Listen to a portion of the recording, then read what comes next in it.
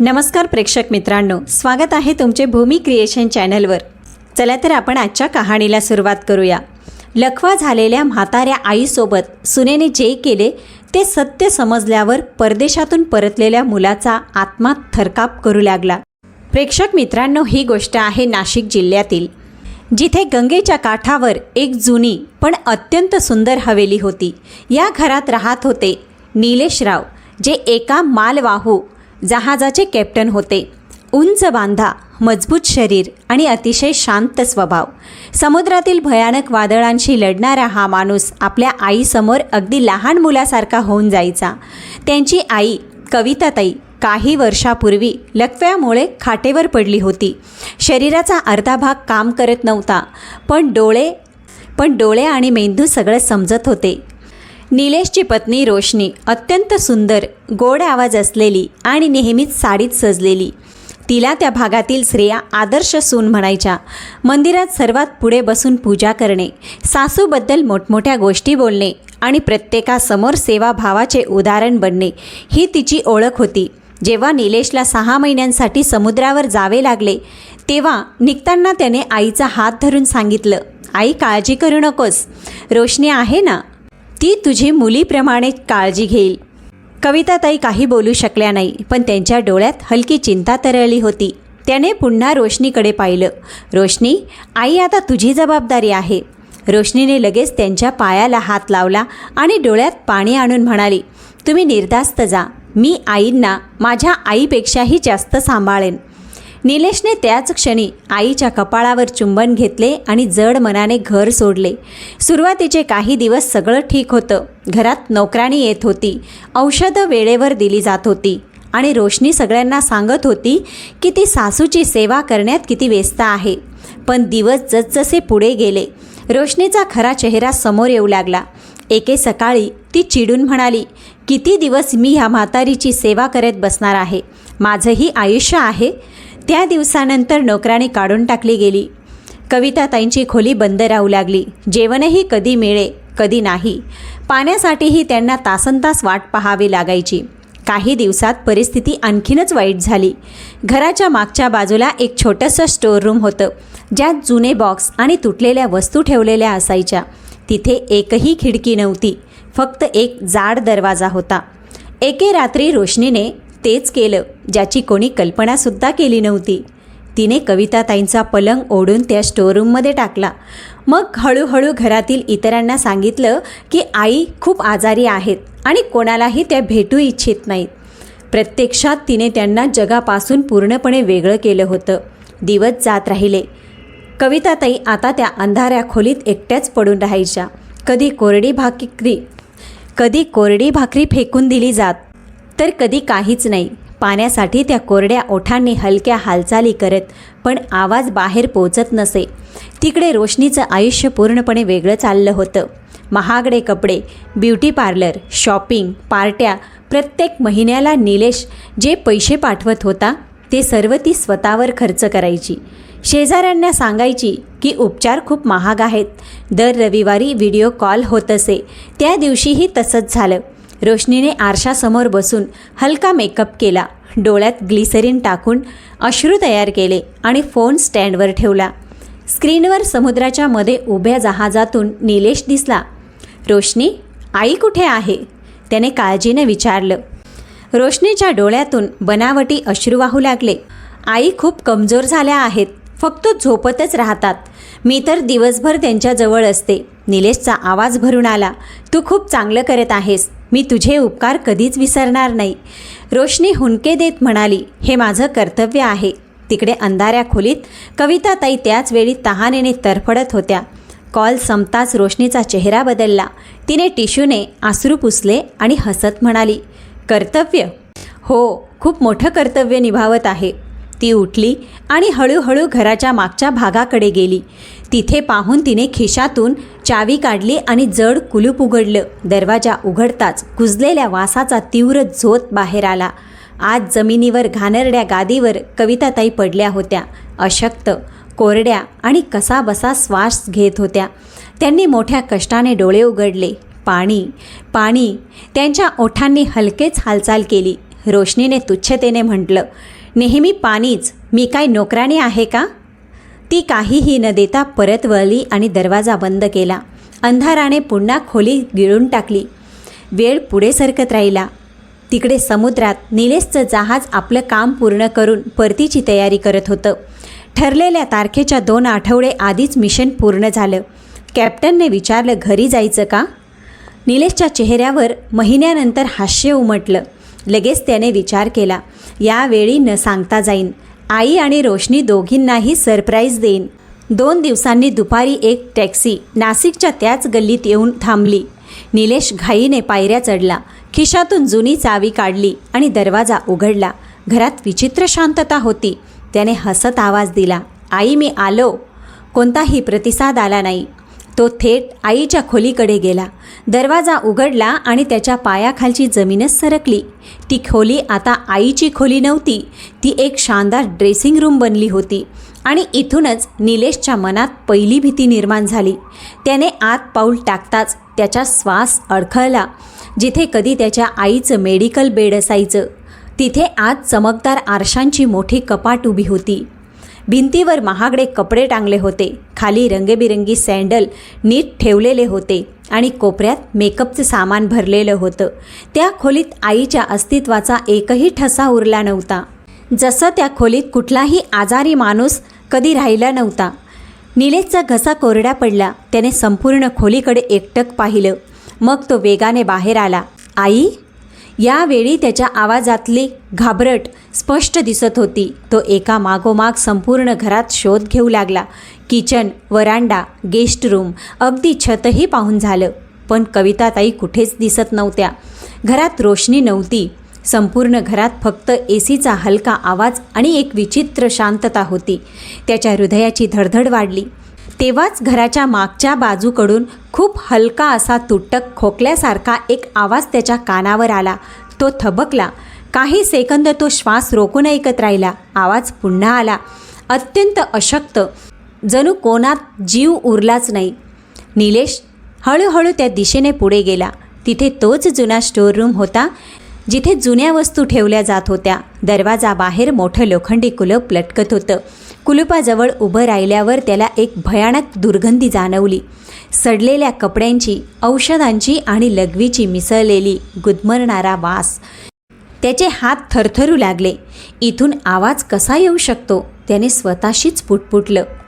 त्याने दरवाजा उघडण्याचा प्रयत्न केला, पण कुलूप फार घट्ट होतं. आता त्याच्या आतली अस्वस्थता भीतीत बदलू लागली. त्याने इकडे तिकडे नजर फिरवली आणि जवळ पडलेली जड लोखंडी रॉड उचलली. पूर्ण ताकदीने कुलुपावर वार केला. पहिल्यांदा कुलूप हलले, दुसऱ्यांदा दरवाजा हादरला आणि तिसऱ्यांदा कुलूप तुटून खाली पडले. निलेशने थरथरत्या हातांनी दरवाजा उघडला. आत दाट अंधार होता. जशी बाहेरची प्रकाश किरणे आत गेली, समोरचं दृश्य पाहून त्याचं हृदय थांबल्यासारखं झालं. जमिनीवर घाणेरड्या गादीवर एक खूप क्रूश आकसलेली आकृती पडली होती. अंगावर मळके कपडे, केस विस्कटलेले आणि चेहरा इतका सुकलेला की ओळखणं कठीण होतं. ती कविताताई होती. निलेशच्या तोंडून आपोआप निघालं, आई? दरवाजातून येणाऱ्या प्रकाशामुळे त्यांच्या डोळ्यांना चटका बसला. त्यांनी घाबरत हात पुढे केले, जणू कोणत्या तरी मारापासून वाचण्याचा प्रयत्न करत होत्या. थरथरता आवाजात त्या म्हणाल्या, मारू नका, मी शांत आहे, पाणीसुद्धा मागणार नाही. हे शब्द ऐकून निलेशच्या आत काहीतरी तुटलं. तो धावत त्यांच्या जवळ गेला, गुडघ्यावर बसला आणि त्यांना आपल्या छातीशी घट्ट धरलं. आई, मी आहे, तुझा नीलू. त्याचा आवाज रडण्याने भरून आला. कविताताईंनी जसा त्याचा आवाज ओळखला, त्यांच्या कोरड्या डोळ्यातून अश्रू वाहू लागले. त्यांचा हात खूप कष्टाने वर आला आणि मुलाच्या चेहऱ्याला स्पर्श केला. तू आलास बाळा, त्यांनी तुटक श्वासात म्हटलं. निलेश हुंदके देऊन रडू लागला. त्याला समजत नव्हतं की इतक्या महिन्यांपासून त्याची आई या अवस्थेत कशी जिवंत राहिली. त्यांच्या शरीरावर जखमा होत्या, ओठ फुटलेले होते आणि श्वास खूप मंद चालू होता. त्याने लगेचच त्यांना उचलून घेतलं. त्यांचं वजन इतकं हलकं झालं होतं की जणू एखाद्या लहान मुलाला उचलत आहे. तो त्यांना आपल्या खोलीत घेऊन आला, स्वच्छ पलंगावर झोपवलं आणि पाणी आणून हळूहळू त्यांच्या ओठांशी लावलं. कविताताई थरथरत घोट घेऊ लागल्या. काही वेळानंतर त्याने डॉक्टरांना फोन केला. डॉक्टर लवकरच घरी आले. कविताताईंची अवस्था पाहून तेही दचकले. तपासणीनंतर त्यांनी गंभीर आवाजात म्हटलं, जर तुम्ही आणखी 2-3 दिवस उशीर केला असता तर कदाचित त्यांना वाचवणं कठीण झालं असतं. निलेशने डोळे बंद केले. त्यांच्या आत राग, वेदना आणि अपराध भाव सगळं एकत्र उसळत होतं. डॉक्टर उपचार करून निघून गेले. कविताताई औषधांच्या परिणामाने झोपल्या. खोलीत मंद प्रकाश होता आणि शांतता पसरली होती. निलेश खुर्चीवर बसून त्यांच्याकडे पाहत राहिला. त्याचा चेहरा दगडासारखा थिजला होता. रात्र हळूहळू गडद होत गेली. सुमारे 9 वाजता मुख्य दरवाजाची बेल वाजली. मग किल्ली फिरवण्याचा आवाज आला आणि दरवाजा उघडला. रोशनी आत आली. ती खूप आनंदी दिसत होती. हातात शॉपिंग बॅग्स आणि चेहऱ्यावर बनावटी हास्य. पण जसं तिने खोलीच्या कोपऱ्यात बसलेला निलेशला पाहिलं, तिचे पाय थांबले. आपण तर पुढच्या आठवड्यात येणार होतात ना? तिचा आवाज थरथरला. निलेशने तिच्याकडे पाहिलंही नाही. फक्त हळू आवाजात विचारलं, आई कुठे आहे? रोशनी एक क्षण स्तब्ध झाली. मग लगेच सावरत म्हणाली, ती आपल्या खोलीत झोपली आहे. औषधांमुळे त्यांना खूप झोप येते. निलेश हळूहळू उभा राहिला. त्याच्या डोळ्यातला थंडपणा पाहिल्यावर रोशनीच्या अंगावर शहारे आले. तो तिच्याजवळ आला आणि काहीही न बोलता तिचे केस मुठीत धरले. रोशनी वेदनेने किंचाळली. हे काय करत आहात तुम्ही? निलेशने पहिल्यांदा तिच्या डोळ्यात पाहिलं. ती नजर प्रेमाची नव्हती, द्वेषाचीही नव्हती, तर एखाद्या धोकादायक निर्णयाची होती. चला, त्याने खूप शांत आवाजात म्हटलं. चल, त्याने खूप शांत आवाजात म्हटलं. मी तुला दाखवतो आई कुठं आहे. आणि तो तिला केसांनी ओढत घराच्या मागच्या बाजूला घेऊन जाऊ लागला. रोशनीच्या महागड्या सँडल्स जमिनीवर घासत होत्या. तिचे हात निलेशच्या मनगटाला पकडून स्वतःला सोडवण्याचा प्रयत्न करत होते. पण त्यावेळी निलेशची पकड दगडासारखी कठीण होती. त्याच्या डोळ्यात आता कोणतीही घाई नव्हती, कोणतीही ओरड नव्हती. फक्त एक शांत आणि थंड निर्णय होता. रोशनी सतत बोलत होती, मला सोडा, तुम्हाला काय झालं आहे? मी काय केलं आहे? पण निलेश एक शब्दही बोलला नाही. तो थेट त्या स्टोअररूमसमोर येऊन थांबला, ज्याचं तुटलेलं कुलूप अजूनही जमिनीवर पडलेलं होतं. त्याने रोशनीचा चेहरा जबरदस्ती त्या उघड्या दरवाजाकडे वळवला. आतून तीच घुसमटणारी दुर्गंधी बाहेर येत होती. रोशनीने नाक वाकडं केलं आणि मागे हटण्याचा प्रयत्न केला. पण निलेशने तिला घट्ट पकडलं होतं. पहा, त्याने खूप वेळानंतर हळू आवाजात म्हटलं, काळजीपूर्वक पहा. रोशनीची नजर जशी आत गेली, तिच्या चेहऱ्याचा रंग उडाला. घाणेरडी गादी, भिंतीवर डाग, जमिनीवर सुकलेल्या पाण्याचे दाग, हे सगळं तिच्या समोर होतं. पण तिला समजत नव्हतं की निलेश किती जाणून आहे. हे काय आहे? तिने बनावटी आश्चर्याने विचारलं. इथे तर कचरा ठेवला होता. निलेश अचानक हसला. ते हसणं आनंदाचं नव्हतं, तर एका तुटलेल्या व्यक्तीचं होतं. कचरा? त्याने पुन्हा म्हटलं, माझी आई तुझ्यासाठी कचरा होती? त्याचे शब्द थेट रोशनीच्या छातीत घुसले. ती काही क्षण शांत राहिली. मग म्हणाली, तुम्ही चुकीचं समजत आहात. मी तर त्यांची सेवा करत होते. निलेशने तिचं बोलणं पूर्ण होण्याआधीच तिला जोरात आत ढकलून दिलं. रोशनी डगमगून त्याच घाणेरड्या गादेवर पडली. तिचे हात आणि कपडे ताबडतोब घाणीत माखले गेले. दुर्गंध इतकी तीव्र होती की तिला उलटी येऊ लागली. ती घाबरून उठली आणि बाहेर जाण्याचा प्रयत्न करू लागली. पण निलेश दारात उभा राहिला. नाही, त्याने कठोर आवाजात म्हटलं, आज तूही इथेच राहशील. रोशनीच्या डोळ्यात आता खरी भीती उतरली. तुम्ही वेडे झालात का? मला बाहेर जाऊ द्या. ती दाराकडे पुढे गेली. पण निलेशने तिला पुन्हा आत ढकलून दिलं. त्याने बाहेरून दार बंद केलं आणि कडी लावली. आतून रोशनीची ओरड ऐकू येत होती. निलेश, हा गुन्हा आहे. मी पोलिसांना बोलवेन. बाहेर उभा निलेश शांत स्वरात म्हणाला, पोलीस? नक्की येतील. सकाळी 8 वाजता. रोशनी क्षणभर गप्प झाली. पोलीस नक्की येतील. सकाळी 8 वाजता. रोशनी क्षणभर गप्प झाली. काय अर्थ? तिने घाबरून विचारलं. अर्थ असा की मी स्वतः पोलिसांना बोलवलं आहे. निलेश म्हणाला. त्यांना सांगेन की माझ्या आईसोबत काय घडलं आहे. त्याचे शब्द स्पष्ट आणि थंड होते. आतून दार ठोकण्याचा आवाज येऊ लागला. नाही, असं करू नका. आपण बोलू शकतो. रोशनी रडू लागली. पण आता तिच्या आवाजात तो आत्मविश्वास नव्हता, जो काही तासांपूर्वी होता. निलेश काही वेळ दाराबाहेर उभा राहिला. आतून रडण्याचे, खोकल्याचे आणि घाबरण्याचे आवाज येत राहिले. त्याला माहीत होतं की हेच ते अंधार आहे ज्यात त्याची आई महिन्यांपासून पडून होती. फरक इतकाच होता की आता दाराबाहेर तो स्वतः उभा होता. रात्र लांब होती. घराच्या एका भागात बंद खोलीत रोशनीला पहिल्यांदाच कळलं की एकटेपण काय असतं. प्रत्येक आवाज तिला घाबरवत होता. तिला तहान लागली, पण जवळ स्वच्छ पाणी नव्हतं. ती दार ठोकता ठोकता थकली. हळूहळू तिचा आवाज बसू लागला. तिला समजू लागलं की प्रत्येक मिनिट किती जड असू शकतो. तिकडे दुसऱ्या खोलीत निलेश आपल्या आईजवळ बसून होता. कविताताई औषधांच्या परिणामामुळे झोपल्या होत्या. तो वारंवार त्यांचा श्वास पाहत होता. तिच्या कपाळावर हात फिरवत होता आणि स्वतःला सावरण्याचा प्रयत्न करत होता. त्याच्या आत वेदनेची आग होती, पण तो आता ओरडू इच्छित नव्हता. त्याने ठरवून ठेवलं होतं की जे काही होईल ते कायद्याच्या समोर होईल. रात्र संपली. सकाळचा हलका प्रकाश खिडकीतून आत येऊ लागला. बरोबर 8 वाजता घराची बेल वाजली. निलेशने दार उघडलं. समोर पोलीस उभे होते. त्यांच्यासोबत एक महिला कॉन्स्टेबल आणि एक डॉक्टरही होते. निलेशने काहीही न बोलता त्यांना आत येऊ दिलं. त्याने थेट स्टोअररूमकडे इशारा केला. पोलीस इन्स्पेक्टरने दार उघडलं. आत बसलेल्या रोशनीची अवस्था बदललेली होती. तिचा मेकअप पसरलेला होता. कपडे घाणेरडे होते आणि डोळ्यात पूर्ण रात्रीची भीती स्पष्ट दिसत होती. जसे तिने पोलिसांना पाहिलं, ती जोरात रडत म्हणाली, यांनी मला बंद केलं. हे वेडे झाले आहेत. पण इन्स्पेक्टरने कठोर नजरेने तिच्याकडे पाहिलं आणि विचारलं, ही खोली कशासाठी वापरली जात होती? रोशनी शांत झाली. निलेशने शांत आवाजात सगळी गोष्ट सांगितली. डॉक्टरने खोलीची अवस्था पाहिली आणि मान हलवली. पोलिसांनी ताबडतोब रोशनीला ताब्यात घेतलं. तिच्या हातांना हातकडी लावली. ती विरोध करत होती, पण शब्द निघत नव्हते. जेव्हा पोलीस तिला बाहेर घेऊन जात होते, निलेश दारात उभा होता. त्याने एक वेळही तिच्याकडे पाहिलं नाही. त्याच्यासाठी आता सगळं संपलं होतं आणि इथून त्या घराचं नशीब कायमचं बदललं होतं.